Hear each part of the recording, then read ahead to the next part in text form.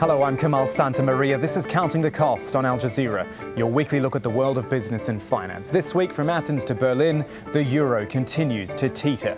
But just how much of a haircut should private investors take? It is a question that continues to split the eurozone. Also, a very public spat, a very public resignation. Russia's finance minister walks as the country's leaders plan a job swap. And emu farming in India. The big bird from Australia finds a brand new market. Every week we seem to uncover another layer of financial woe in Europe. This week, though, it's exactly the same. More political wrangling, more bailout money needed, and more uncertainty about whether Europe can actually get out of this mess. First, there's Greece needing more cash. The second bailout of $155 billion just won't be enough. And then there's talk that Europe's creditors, and this is where the banks come in because they're hardly blameless here, will have to stomach some losses too. For example, under the bailout, $135 billion worth of Greek bonds would be converted to new EU-backed bonds. But those ones would be set over a different time frame, so it's not quite comparing apples with apples. In fact, there would be a 21% loss in value, though some analysts reckon banks should really be taking something more like a 50% hit for their role in all of this. Or let's put it another way and actually give you an example. French banks, which we've not looked at that much in this crisis. And here's a list of what's owed to French banks by various European nations. So we're extending this beyond Greece to Ireland and Portugal as well. Already it's a lot, but watch this, the cumulative effect when we add in Spain and Italy. And I'm not going through the individual numbers for a change because you can already see how big it is. All up though, and this is the final number you're looking at, French banks are owed $653.4 billion. So if those banks were expected to take a 50% loss, there's still more than $300 billion worth, which would be a huge shock to the French economy. So you can see why the French are pushing back against German demands. That said, those German demands got a boost when they passed the internal hurdle of getting through Parliament, while at the same time the now famous troika of the IMF, the European Commission and the European Central Bank was back in Athens deciding if Greece has done enough to earn its next lot of bailout money. We've got two reports here. Jonah Hull with a look at Greece after Nick Spicer explains what happened in Germany. The demonstration against the strengthening of the bailout fund could have used some strengthening itself. It was tiny. A weakness reflecting the forces at play inside Parliament, where getting the bill passed was never in doubt. But the Chancellor faced the embarrassing prospect of having to rely on opposition votes to do so. Angela Merkel's finance minister made the case. Europa hängt an der Stärke der deutschen Wirtschaft. Und deswegen, liebe Freunde, Europe depends on the strength of the German economy, and that is why the solidarity of Germany is obvious. But we must conduct such a financial and economic policy that we will continue to be an anchor of stability in Europe and an engine of growth in the continent. But he was preaching, by and large, to the converted. The opposition wasn't opposed to the bill, largely voting for it. Their speeches just marked their opposition to Merkel as a leader in the euro crisis. She's not in the driver's seat. She is not driving. She is directed by the financial markets. That's the problem. The ballots cast, the votes counted. Merkel and her government's motion carried the day. The return of the Troika to an unfriendly welcome, with civil servants occupying government ministry buildings. Inspectors from the European Commission, the European Central Bank and the International Monetary Fund are back to assess Greek progress in implementing tough reforms. They'll be in no doubt about the level of popular anger. Welcome, Troika. We don't need you anymore. Go to the devil. That's right. Greece urgently needs them to release the next slice of bailout money, more than $10 billion, or it'll run out of cash by the middle of next month. The spectre of a Greek default hangs heavy over world financial markets. More austerity will please the inspectors, but parliamentary approval could be harder and harder to come by. Labour unions say they'll fight on.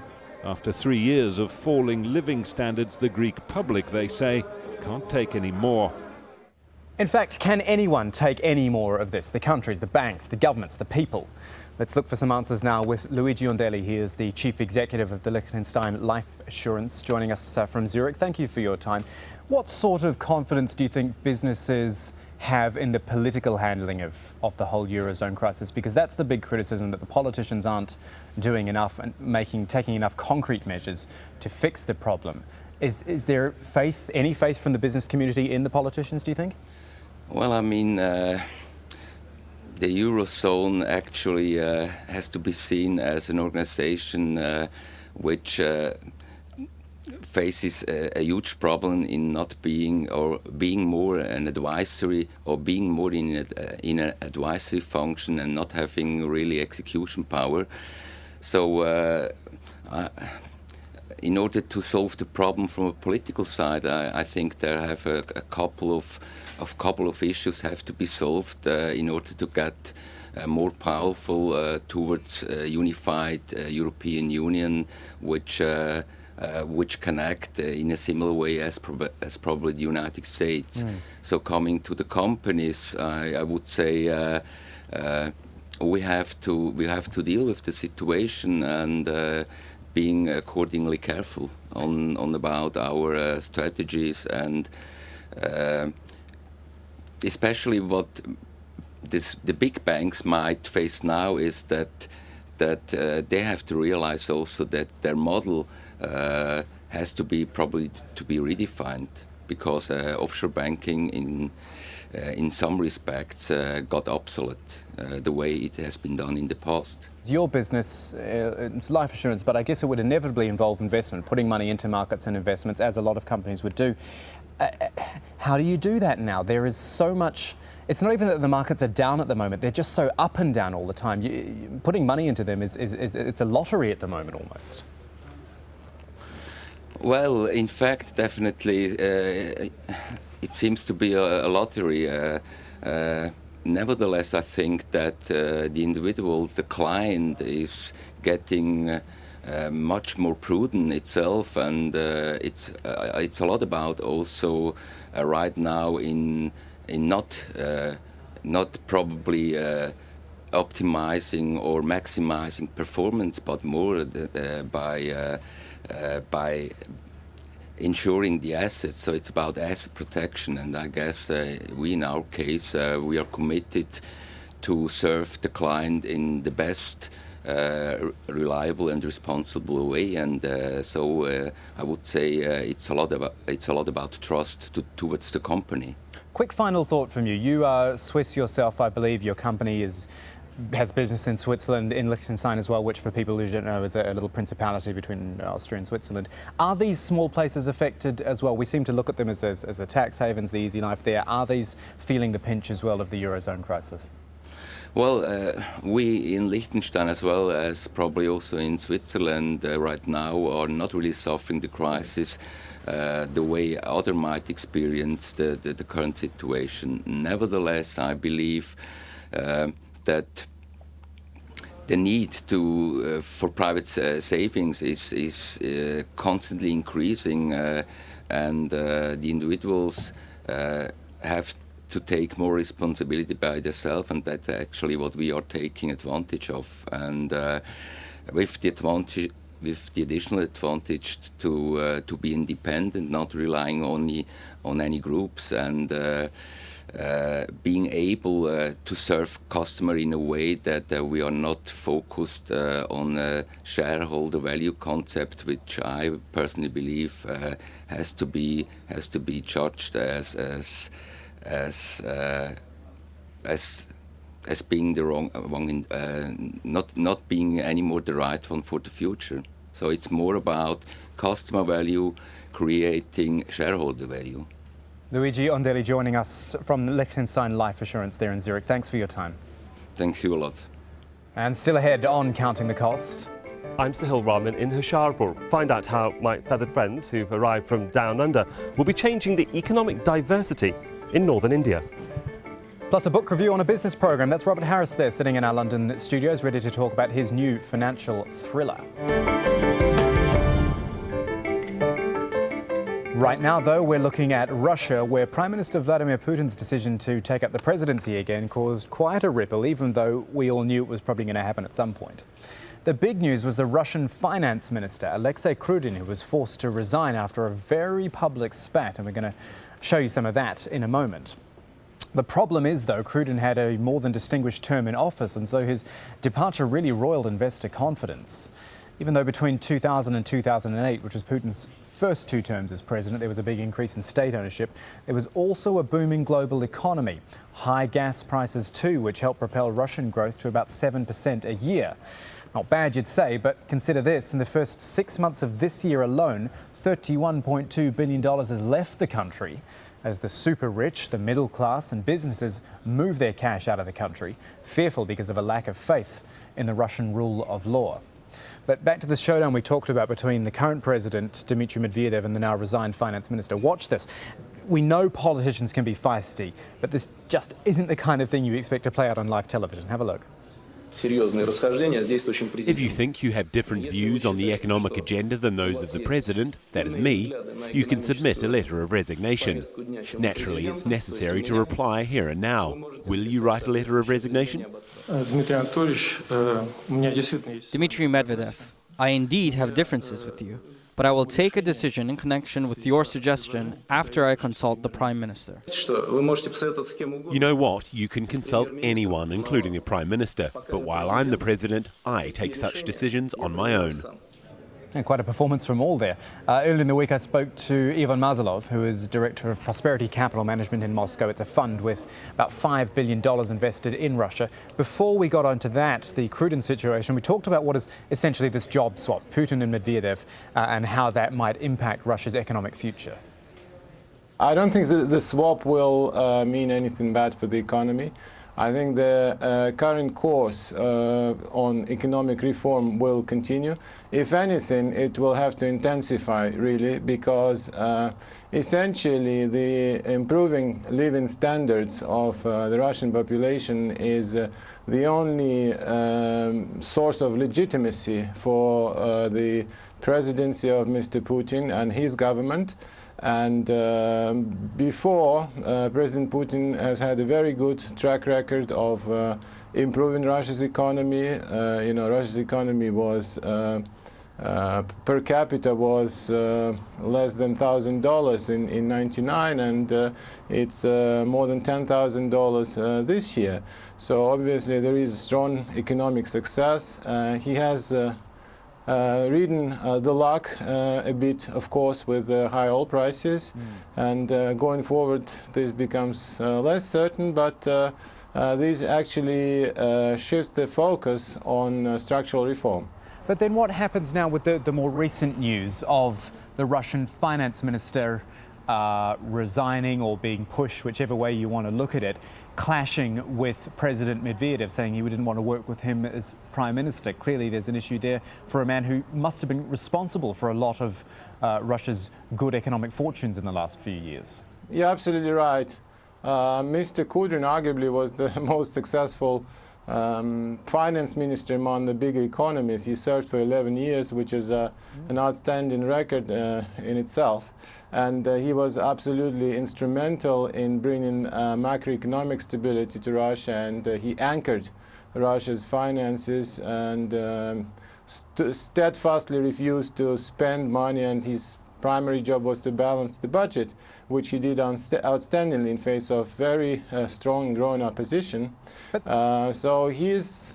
Sorry, let me just interrupt you though. I want to pick up on the point you've made there, that he didn't spend money. He was very tight and he balanced the books. I mean, that's good for the overall good of the country, but it must have impacted others if he wasn't willing to spread the wealth around through the budget. Well, there are two ways to look at the same problem, of course. And, in good times, people want to spend more because it gives impetus to the economy. But when bad times come, you may not have enough to preserve the economy from falling into the abyss. And obviously, having started from the '98 crisis, Mr. Kudrin's memory were, I guess, very strongly influenced by the experiences of that time. And I think it's almost entirely thanks to him that Russia recovered from the 2008 crisis very strong and very healthy, and very quickly so.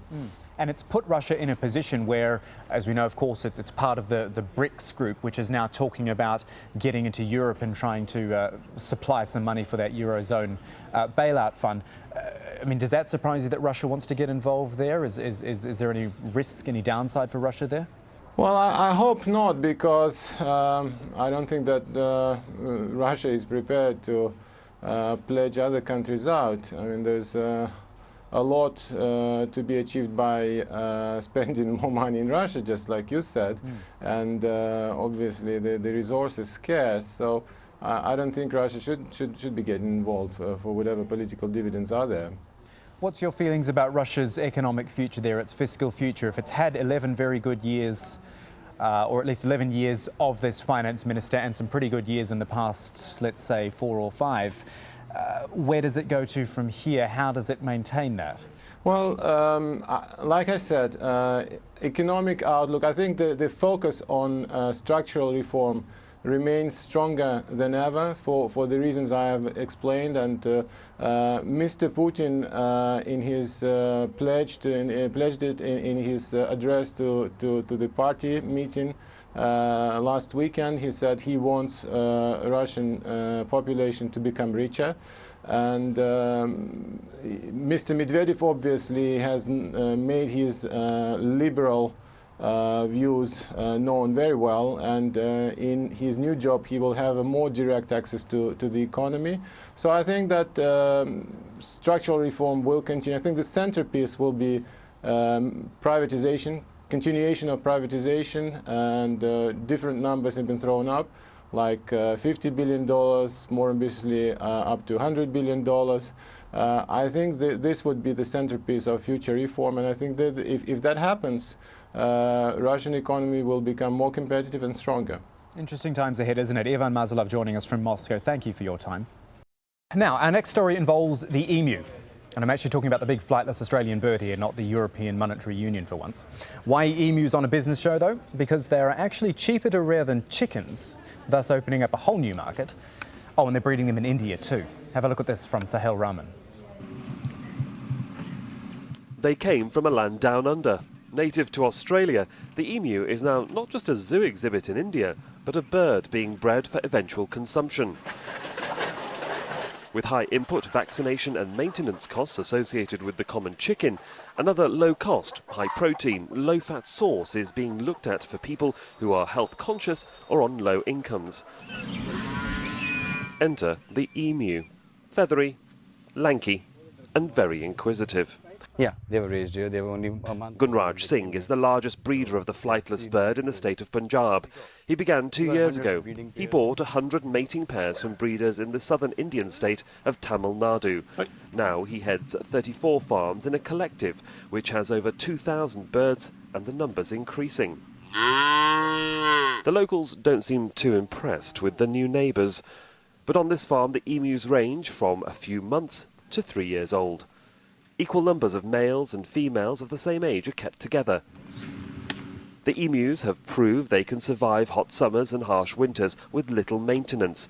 One adult-sized bird produces 20 kilograms of meat. Once we have almost 2 million birds standing in Punjab, then we can think of going for processing of these birds. Because once we're doing processing, we will have meat. Besides meat, we'll have oil. Even pharmaceutical factories, they are doing research is going on this oil, because that's the only oil in the world which penetrates the human skin. The breeding season begins between October and March, and this farm's expected to produce at least 4,000 eggs like this. Now, they're worth between $25 and $30 a time. It's not surprising to understand why some people think this is a very lucrative business venture. Many in the poultry business are watching this new development with interest. Emu meat will not be a substitute to chicken in the foreseeable future. We can see both business existing simultaneously. It will, however, be reared in numbers to replace the red meat market, which in India is underdeveloped. India has a population of over 1 billion, not all are vegetarians. This diversity in the available meat menu may well be an investment entrepreneurs will want to put their money in. But will the public be ready for curried emu on the menu? For Counting the Cost, I'm Sahil Rahman in Harishapur, Punjab. Finally this week, something we've never done in the more than 2 years we've brought you Counting the Cost, a book review. This is one we couldn't pass up. The Fear Index is what it's called, because so much of it speaks to the fears people have these days about global markets and their unpredictability. Short story is you've got a main character in this book who starts up a hedge fund based on a computer program which can actually predict people's emotions, particularly their fears. Therefore, it can play the market ahead of time and in theory, make a killing on it. And I'm very pleased to say we've got the author of the Fear Index with us right now, Robert Harris, joining us from Counting the Costs London studio. Thanks for your time, Robert. The first thing I want to do is for our viewers really put your book into a time frame, or rather put it into the time frame of the global financial crisis, which is 3 years in now. When did you get the idea for this book, and when did you actually start writing it? Well, I first had an idea of writing a book about artificial intelligence and its application in the business world back in 1999 when I read a book by Bill Gates called Business at the Speed of Light. But it wasn't until after the financial crash of 2008 that I looked at the idea again and realized it would be very applicable to the modern financial markets. And I spent last year researching it. I went a lot to Geneva, where the novel is set, and I wrote it this year. I'm reading in another interview you did here, Robert, that as we all sat and watched Lehman Brothers go to the wall 3 years ago, and then we started to worry about AIG as well, you were somewhat tied up with AIG financially. You had money with them. Was that the impetus for you to write this book, to sort of, humanize the whole crisis? Well, that's true. I'm a slightly unlikely person in one way to write a book like this, as my own ability to manage money is not very acute. And as I was sitting watching on that famous Sunday evening as Lehman Brothers went down, I read on the New York Times website that something called AIG looked likely to be next. And I thought, that's AIG, that seems vaguely familiar. And I looked and I realized virtually all the money I possessed was in an AIG bond, which I'd been assured was completely just like putting money on deposit. Of course, it wasn't. And that was my first intimation of the way in which the world financial system had become so interlinked, and we were all sort of trapped up, each of us in our own way, in what was unfolding all across the world's markets. And mercifully, I managed to get my money back, but I'm afraid a lot of people didn't. So you must have learned a heck of a lot in a very, very short time about global finances and about, what makes all this tick. I think I have, yes, and I've been given a lot of help by people in the financial world, people involved with hedge funds in particular. I've come to have a lot of respect for their intelligence and a lot of alarm at what they do. And have been completely stunned. I mean, for many of your viewers, it will be a familiar scene, the way the markets are now. But for someone like me, one still had a kind of Oliver Stone, Wall Street kind of view of the markets, guys with cigars and striped shirts. It was a revelation to me to discover the extent to which now it is computer-driven and employs PhDs in physics and maths, rather than the traditional economists and bankers. And this trend is growing, of course. And really, my novel is about an algorithmic hedge fund that goes terribly wrong. You said you dealt with a lot of hedge fund managers and investment bankers throughout the process of writing the book. I know the book is only just out, but have you had much reaction from them to what you've written? Well, I had a very good review in the Financial Times last weekend, which, as a friend of mine said, was rather like writing a novel about the Pope and getting a good review in the Catholic Herald. So that's been my first published or printed reaction. Among people, colleagues in the financial world who helped me, they've enjoyed it a lot, actually. I did get a lot of help from a friend of mine who's at Citigroup, who modelled for me exactly what sort of bets my algorithmic hedge fund might have put on to make a lot of money. I took the trouble to try and get the feel of a hedge fund and what actually happens, rather than simply use it as a backdrop, but to actually make really the hedge fund a character in the novel. So I've gone into it with as much depth as I can. I hope it's accurate. I certainly had it read by a lot of financial experts to check over the detail. Robert Harris, author of The Fear Index. It's been an absolute pleasure talking to you. Thank you, and good luck with the book as well. Thanks, Kamal. And that is where we'll leave you for this week. But if you want to get in touch with the show, here's how you do it. You can send a tweet to me at Kamal AJE or our business editor at Abid Oliver Ali, all one word. And if you're not on Twitter, hop on the email countingthecost at aljazeera.net is where you can get us. And then while you're there, head to aljazeera.net/English, hit the business tab at the top and then link on to that, the Counting the Cost page, where we put all our episodes up in full for you to catch up on. But that is it for this edition of Counting the Cost. I'm Kamal Santamaria from the whole team. Thanks for joining us. The news on Al Jazeera is next.